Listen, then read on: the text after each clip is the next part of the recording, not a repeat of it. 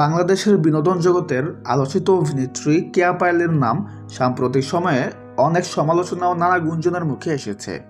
বিভিন্ন সামাজিক মাধ্যমে, অনলাইন নিউজ প্ল্যাটফর্মে এবং মিডিয়ায় তার কর্মকাণ্ড নিয়ে বেশ কিছু বিতর্ক দেখা যাচ্ছে। তবে আবার এই প্রসঙ্গে সরাসরি মুখ খুললেন জনপ্রিয় অভিনেতা শিবা শানু। সম্প্রতি একটি ইন্টারভিউতে যেখানে কেয়া পায়েলের প্রসঙ্গ উঠল, সেখানে শিবা শানু হালকা ছলে হলেও যথেষ্ট স্পষ্টভাবে এবং সরাসরি মন্তব্য করেন। সাংবাদিকদের প্রশ্নের জবাবে তিনি বলেন, এই মেয়েদের পোশাক আশাক ভিডিওতে অঙ্গভঙ্গি দিন দিন খারাপের দিকে যাচ্ছে, এগুলো আর আমি দেখতে চাই না, মাফ চাই।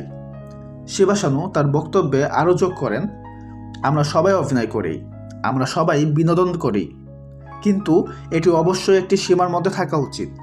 আজকাল অনেকেই নিজের জনপ্রিয়তা বাড়ানোর জন্য সীমা লঙ্ঘন করছে, যা শুধু ব্যক্তিগত নয়, সমাজের জন্য ভালো দৃষ্টান্ত নয়।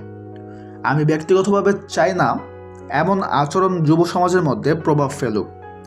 আমাদের সবার দায়িত্বশীল হওয়া উচিত এবং আমাদের আচরণের প্রতিফলন সমাজের জন্য ইতিবাচক হওয়া দরকার।